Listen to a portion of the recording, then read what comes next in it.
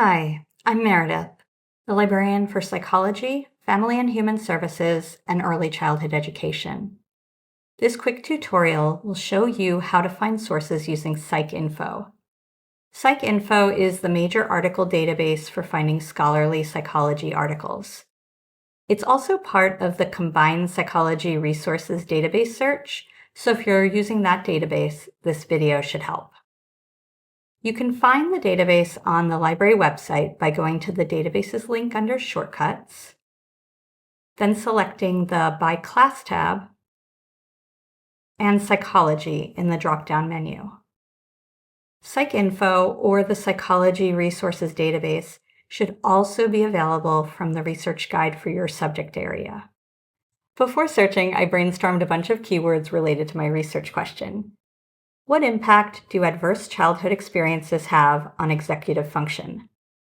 I came up with additional keywords for searching from reading the Wikipedia entries on executive function and adverse childhood experiences. I will try using these keywords in different combinations in the database because different authors will often use different terms to describe the same thing. I'm going to start by doing a really basic search using my original terms.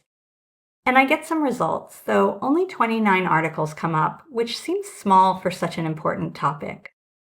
It's possible that there are more articles on this topic, but that authors are using different terms to refer to the same basic idea, like childhood trauma instead of adverse childhood experiences. What I'm going to do now is use each separate line to search for a different concept that I'm looking for. So on the first line, I'm going to be adding keywords related to adverse childhood experiences, like ACEs, childhood trauma, and childhood abuse. Since I don't know which of these terms a particular author will use to describe this concept, I'm going to list a few of them with or between them. The or is telling the computer to find at least one of these terms in every result it pulls up. On the next line, I'll add in executive function and the variations on that term, like executive control and cognitive flexibility. You'll see that I put some of these terms in quotes. The reason I do that is to make sure these terms are searched for as a phrase, because the database will not automatically know that I want these terms found together otherwise. If you find yourself getting a lot of irrelevant results, that's one strategy you can try. Sometimes, though, it can limit your results too much, so it's always worth trying both ways. Now, in this case, I got more results, 111. They are ranked by relevance, so the most relevant articles are going to be found on the first pages of the results list. You can browse through the results until you find an article that looks interesting.